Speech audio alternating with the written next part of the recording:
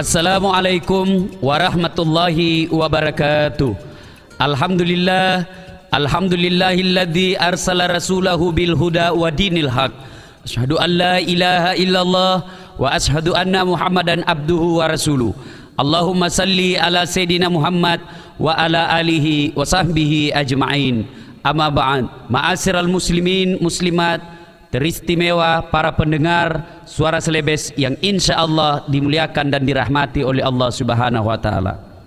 Dalam riwayat dijelaskan, ketika pertama kali kaki Rasulullah Sallallahu Alaihi Wasallam diinjakkan di Madinah setelah hijrah dari Mekah, beliau kemudian mengumpulkan para sahabat, baik yang Ansor maupun yang Muhajir. Beliau pun kemudian naik ke atas mimbar sambil berpidato, dan pidatonya kurang lebih seperti ini. Saudara-saudara sekalian, ingin tidak saya tunjukkan sebuah amalan, perbuatan yang apabila Anda lakukan, maka Anda bukan hanya sukses di dunia, tapi insya Allah selamat sampai di akhirat.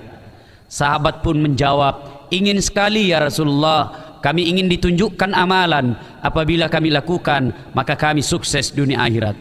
Nabi pun melanjutkan, jika demikian, saya titipkan kepada kalian, saya berikan kepada kalian 5 amalan yang apabila Anda lakukan, Anda akan mendapatkan kesuksesan dunia dan akhirat. Apa kelima wasiat Rasulullah Sallallahu Alaihi Wasallam? Inilah yang kita akan bahas pada pertemuan kita kali ini. Yang pertama kata Nabi, jika mau sukses dunia akhirat, utlubul ilmi, tuntutlah ilmu pengetahuan.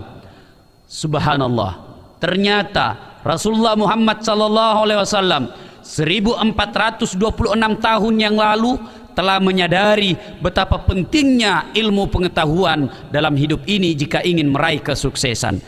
Rasulullah telah menyadari bahwa Islam ingin sukses tidak boleh menjadi umat yang bodoh, karena umat yang bodoh akan menjadi santapan yang empuk bagi mereka yang tidak senang dengan Islam. Para pendengar yang saya muliakan, bagaimana keutamaan orang berilmu, bagaimana derajat orang berilmu dalam Islam. Orang yang berilmu dalam Islam dijanjikan oleh Allah Subhanahu wa Ta'ala diangkat beberapa derajat di antara manusia yang lainnya. Allah sengaja mengabadikan satu ayat tentang kehebatan orang berilmu ini.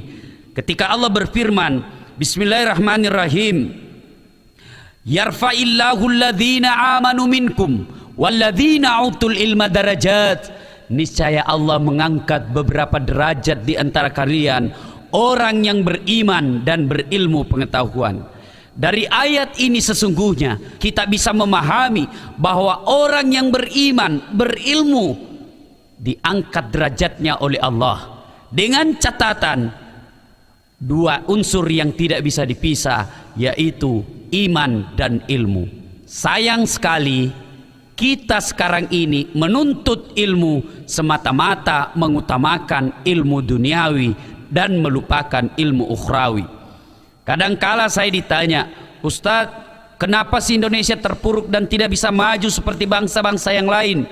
Apakah di Indonesia kurang orang cerdasnya, Ustadz? Saya katakan, di Indonesia alhamdulillah sudah terlalu banyak orang yang cerdas, tetapi yang kurang adalah cerdas dan benar. Banyak di antara kita menuntut ilmu, melupakan falsafah yang diberikan oleh Imam Al-Ghazali, bahwa menuntut ilmu itu ada 2 tujuannya. Yang pertama menjadi pintar, yang kedua menjadi benar.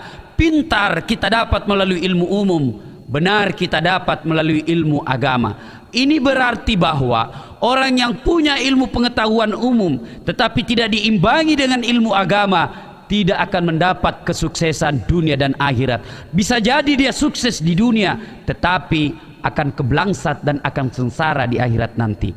Para pendengar yang saya muliakan, seiring dengan pentingnya ilmu pengetahuan ini, seiring dengan derajat ilmu pengetahuan ini, Imam Ali karamallahu wajhah ketika ditanya, ya Amirul Mukminin, jika Anda disodorkan sebuah pilihan antara harta dengan ilmu, Anda pilih mana? Ali pikir punya pikir, dia memutuskan untuk memilih ilmu. Ketika ditanya, Imam, kenapa Anda memilih ilmu?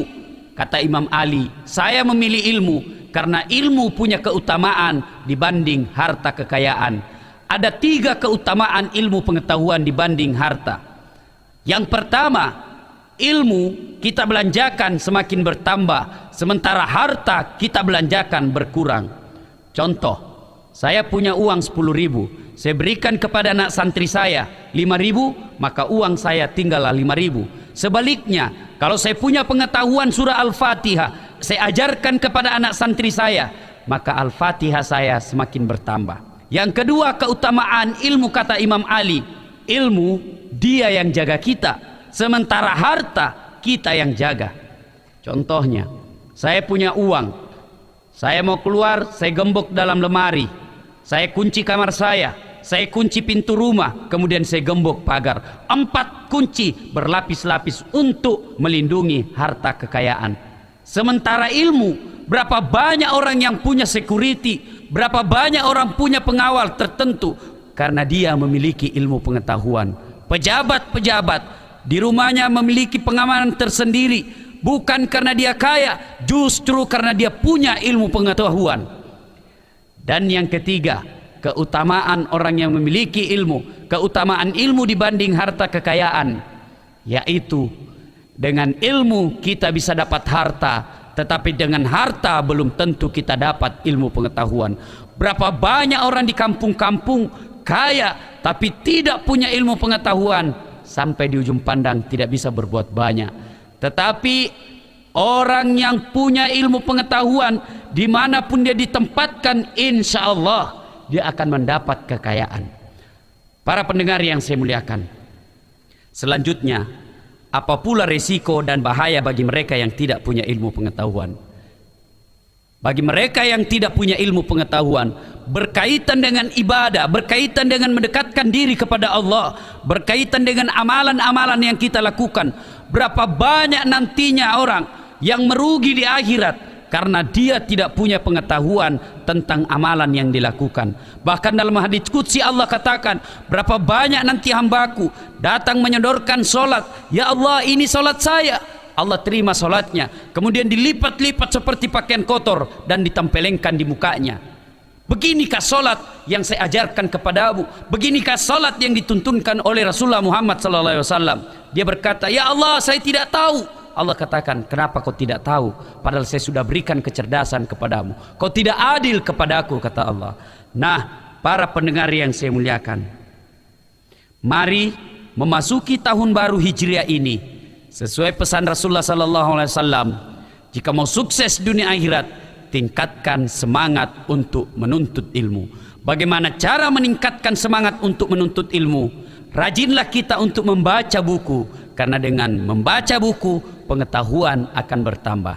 Semoga ada manfaat. Saya Das'at Latif menyampaikan untuk Suara Celebes FM. Assalamualaikum warahmatullahi wabarakatuh.